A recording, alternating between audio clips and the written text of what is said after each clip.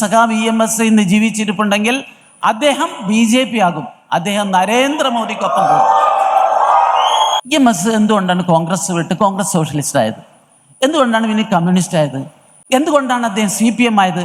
മാധു, ഞാനിന്ന് വിശ്വസിക്കുന്നത് സഖാവ് EMS ഇന്ന് ജീവിച്ചിരിപ്പുണ്ടെങ്കിൽ അദ്ദേഹം BJP ആകും, അദ്ദേഹം നരേന്ദ്രമോദിക്കൊപ്പം പോകും എന്ന് വിശ്വസിക്കുന്ന ആളാണ് ഞാൻ.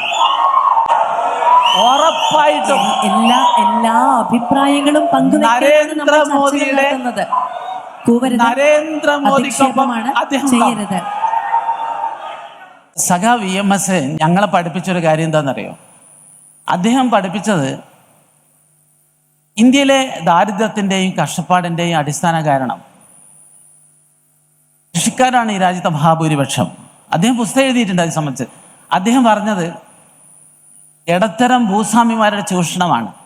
നരേന്ദ്രമോദി കൊണ്ടുവന്ന കാർഷിക നയം ആ ചൂഷണത്തിൽ നിന്ന് ഇന്ത്യൻ കൃഷിക്കാരെ രക്ഷിക്കുന്നതായിരുന്നു. പക്ഷേ ഇവിടുത്തെ കോൺഗ്രസും അല്ലെങ്കിൽ ചില ജിഹാദികളും ഒക്കെ അതിനെതിരെ നടത്തിയിട്ടുള്ള ഒരു കലാപത്തിൻ്റെ ഫലമായിട്ട് അത് മാറ്റിവെക്കപ്പെട്ടു. നിങ്ങൾ നോക്കൂ, 10 കൊല്ലം നരേന്ദ്രമോദി അഴിമതിയില്ലാത്ത സത്യസന്ധമായി രാഷ്ട്രീയ ജീവിതം നയിച്ച ആളാണ് EMS.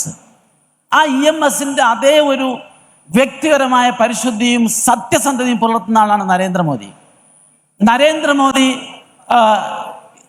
നരേന്ദ്രമോദി ഈ രാജ്യത്തെ ഏറ്റവും അരികവൽക്കരിക്കപ്പെട്ടിരിക്കുന്ന പാവപ്പെട്ടവർക്കും വേണ്ടി പ്രവർത്തിക്കുന്ന ഒരാളാണ്. അദ്ദേഹത്തിൻ്റെ വികസന പ്രവർത്തനങ്ങൾ, ക്ഷേമ പദ്ധതികൾ, അതുകൊണ്ട് തന്നെ ഞാൻ ഉറച്ചു വിശ്വസിക്കുന്നത് ഈ കേരളത്തിലെ ഇടതുപക്ഷ ബുദ്ധിജീവികളും മറ്റും മാറി ചിന്തിക്കേണ്ട കാലം വിദൂരമല്ല. അത് ആ നിലപാട് ഞാൻ ഉറച്ചു നിൽക്കുന്നു.